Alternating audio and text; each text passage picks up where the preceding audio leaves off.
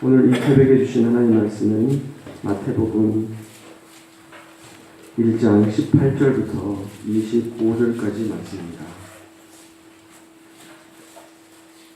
신약성경 마태복음 1장 18절부터 25절까지 말씀을 저와 여러분이 한 절씩 교독하도록 하겠습니다. 예수 그리스도의 나심은 이러하니라. 그의 어머니 마리아가 요셉과 약혼하고 동거하기 전에 성령으로 잉태된 것이 나타났더니 그의 남편 요셉은 사랑하여 그를 들이지 아니하고 가만히 보자.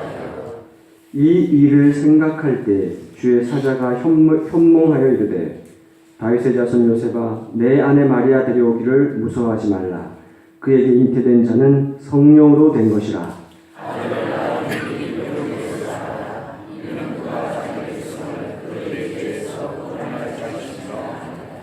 이 모든 일이 된 것은 주께서 선지자로 하신 말씀을 이루려 하심이니 이르시되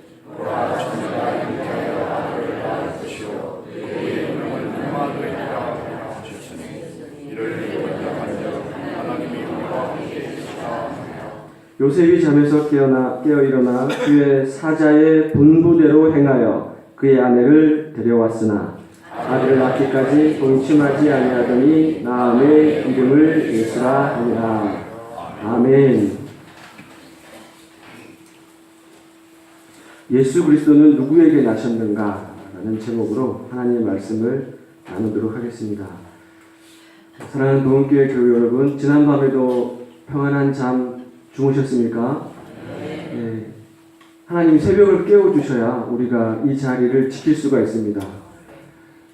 늘 새벽에 일어나실 수 있도록 하나님 저에게 건강을 주십시오 하고 이렇게 기도하셨으면 좋겠습니다.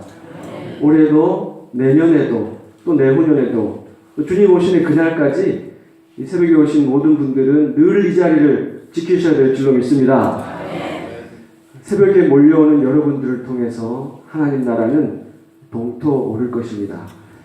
우리는 어제 마태복음을 시작하면서 생명을 잇는 사람들이다 이런 말씀을 나눴습니다.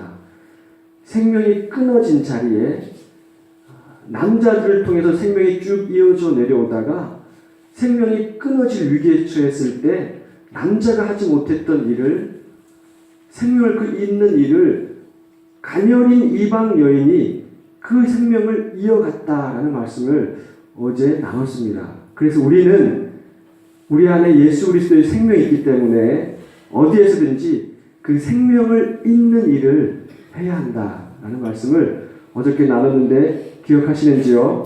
아멘.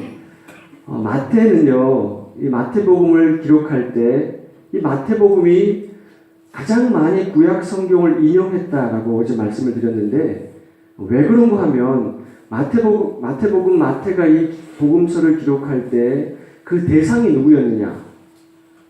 대상이 유대인과 율법 교사와 바리새인들이었기 때문에 그런 겁니다.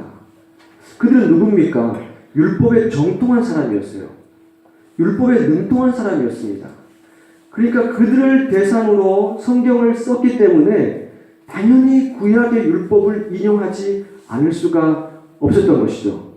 그런데 이 유대인과 율법 교사와 바리새인들, 마태복음의 독자가 되는 이들이 생각했던 의가 무엇이냐?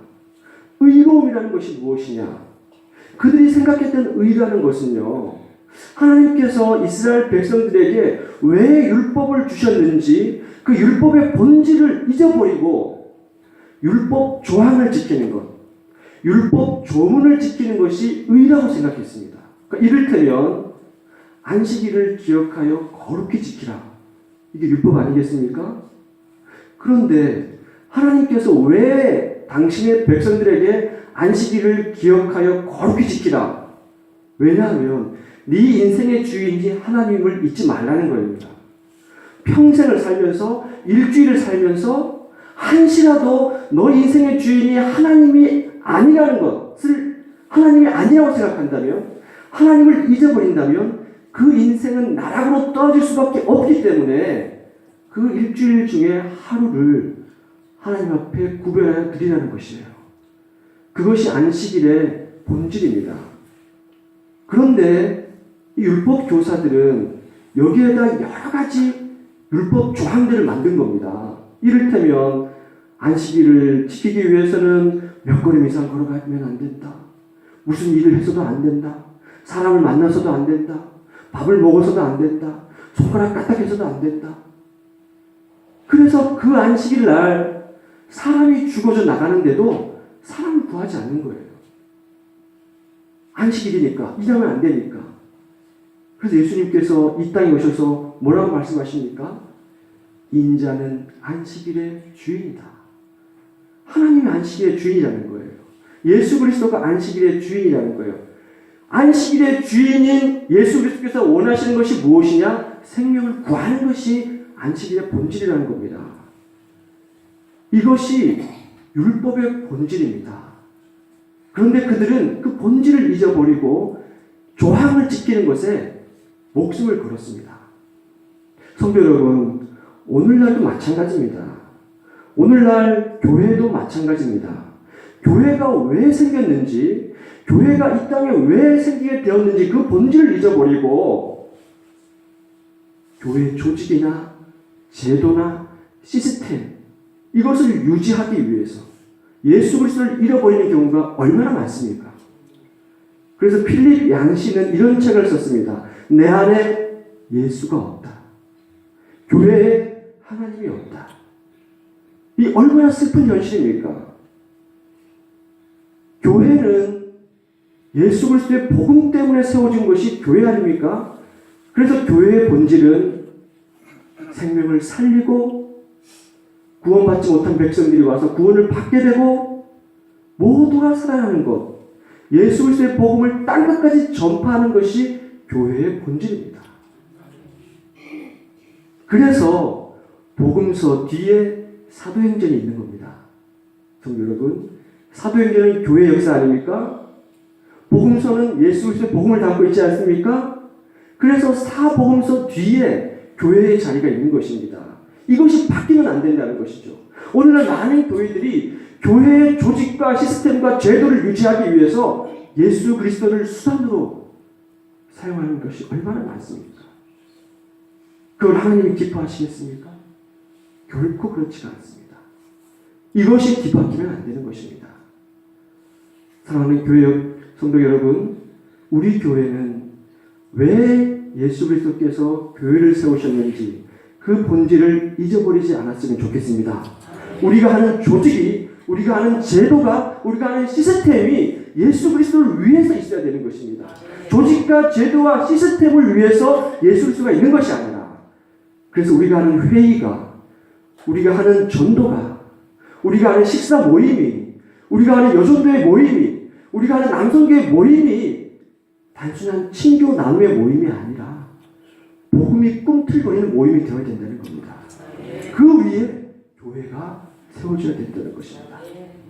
그래서 오늘 마태 기자는 그렇게 뒤바꾸어 생각한 율법 교사와 바리새인들을 향해서 의로움이 무엇이냐, 의가 무엇이냐를 가르쳐주기 위해서 인물을 오늘 예를 들고 있는데 그 인물이 바로 요셉과 마리아입니다. 성도 여러분, 예수 그리스도는 요셉과 마리아의 몸을 빌어서 이 땅에 오신 겁니다. 아무에게나 몸을 빌어서 오시지 않습니다. 생각해 보십시오. 오늘 만일 이 땅에 다시 예수 그리스도가 오신다면 내 몸을 빌어서 오실 수 있을까? 깊이 생각해 보십시오. 아무의 몸을 통해서 예수 그리스도는 오지 않습니다. 요셉과 마리아의 몸을 빌어서 이 땅에 오신 겁니다. 그러면 왜 요셉과 마리아를 통해서 이 땅에 오셨는가? 오늘 본문 19절은 아주 중요한 이야기를 하고 있습니다. 요셉은 의로운 사람이라 그를 드러내지 아니하고 가만히 끊고자 하여, 그를 드러내지 아니하고, 여기에서요 사건을 드러내지 않았다고 말하지 않습니다. 마리아를 드러내지 않은 거예요. 처녀의 몸으로 아기를 가진 그 수치스러울 수밖에 없는 그 일을, 사건을 드러내지 않은 것이 아니라 마리아를 드러내지 않은 겁니다. 가만히 끊고자 해요. 성도 여러분, 이렇게 하실 수 있으십니까?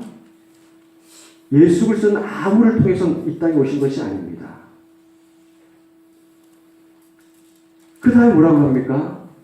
이 일을 생각할 때, 성도 여러분, 만일 요셉과 마리아가, 요셉이 바리새인과 율법 교사들이 생각하는 의가 의라고 생각했다면 마땅히 마리아를 끌어냈을 것입니다. 그렇지 않겠습니까? 율법 조항대로 하자면. 그리고 광장에다 세웠을 것이에요. 그리고 돌을 던졌을 것입니다. 그리고 마리아를 죽였을 겁니다. 그것이 의라고 생각했을 것입니다. 그것이 하나님을 위한 것이라고 생각했을 것입니다. 그러나 요셉은 그렇게 생각하지 않았습니다.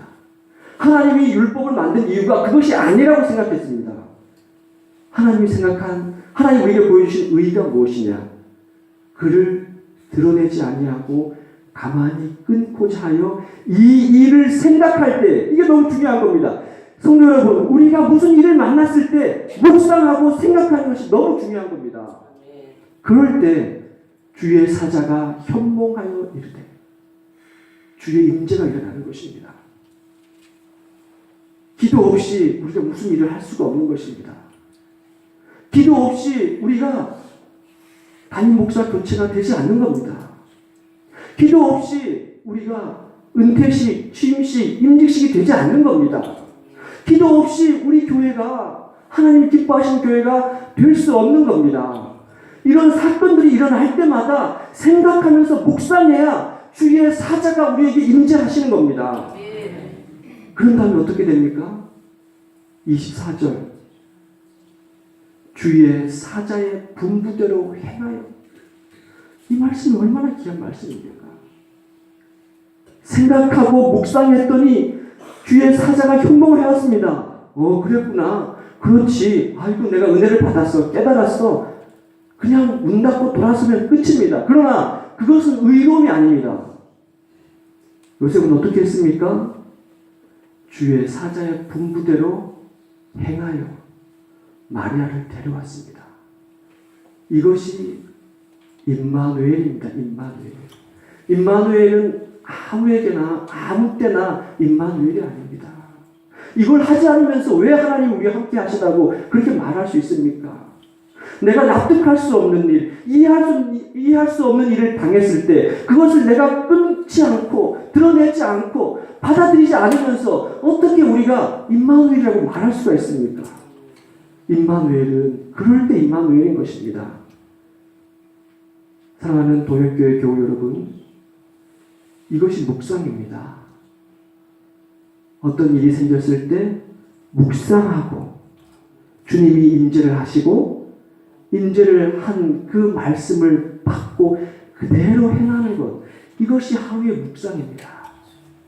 이것이 우리가 날마다 말하는 큐티입니다. 교우 여러분, 이것이 우리의 삶이 되어야 됩니다. 그냥 여기에 왔다가 돌아가는 것으로 끝나는 것은 아무 의미가 없습니다. 그래서 제가 숙제를 하나 내드리도록 하겠습니다. 내일 읽은 말씀을 집에 가서 읽어보세요. 그 다음 2장 1절부터 12절까지 아니겠습니까? 읽어보십시오. 묵상하십시오. 그리고 하나님께서 나에게 뭐라고 말씀하시는지를 한 글자라도 적어오십시오. 그러면 우리의 삶이 조금씩 달라질 것입니다. 저 또한 새벽 말씀을 그렇게 준비하고 있습니다.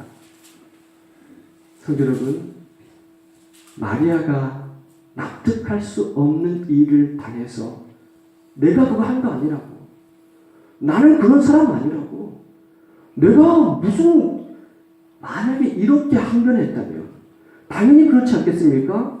우리는 그렇게 하지 않겠습니까? 그러나 그것이 의라고 생각할 수 있습니다. 그것이 옳다고 생각할 수 있습니다. 그것이 내 입장에서 맞는 것입니다. 그러나 마리아는 그렇게 하지 않았습니다. 납득할 수 없는 일을 내가 당했지만 그것을 내 것으로 받아 안았습니다. 이것이 하나님이 기뻐하시는 겁니다. 우리가 법대로 하자면 못할 것이 뭐가 있습니까? 제가요, 노예를 가서요, 제일 많이 들었던 말이 법이요, 이 말을 제일 많이 들었습니다. 그런데요, 한 번은 노예원 다 모여놓고 서기가 다 해가지고 정족수 확인을 해서 시작을 하려고 하는데 그 앞에서 누가 법이요 그러더라고요. 근데요, 노예를 시작하지 못했습니다. 노예를 시작하지 못했습니다. 법이 무엇을 위해서 존재합니까? 노예를 시작하기 위해서 존재하는 것이 법이 아닙니까? 그런데 법이요 해가지고 노예가 시작이 안 됐습니다. 법을 지키는 것이 너무나 중요합니다. 옳고 그름을 따지는 것이 너무나 중요합니다. 그러나 그것이 누구를 위한 것입니까? 교회 여러분, 교회는 깨어지면 안 됩니다. 교회가 깨어지면 그것을 수습할 수가 없습니다. 그것은 평생이 걸립니다. 평생이 걸려도 그 아픈 상처가 치유가 되지 않습니다. 하나님은 우리 교회가 나눠주는 것을 절대 원하지 않습니다. 그것이 사탄의 시험입니다.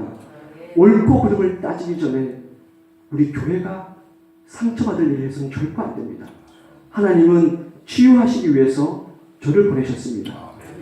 교회 여러분, 이 말씀에 순종하셔서 교회가 하나 되는데,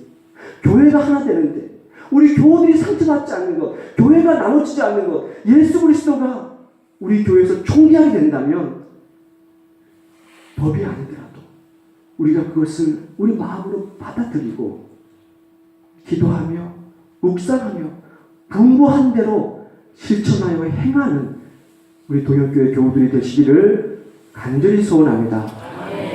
교우 여러분, 그래서 오늘은 우리가 이렇게 기도했으면 좋겠습니다. 첫째는 하나님, 내 몸에서 예수 그리스도가 나실 수 있겠습니까? 나는 그런 몸을 가지고 있습니까?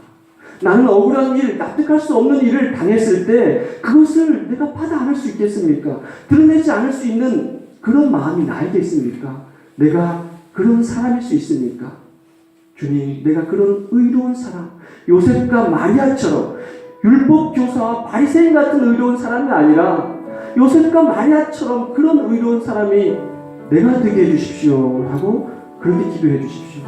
그리고 둘째는 이번 주일에 담임 목사님 은퇴식이 있습니다. 이 은퇴식이 은혜롭게 치러질 수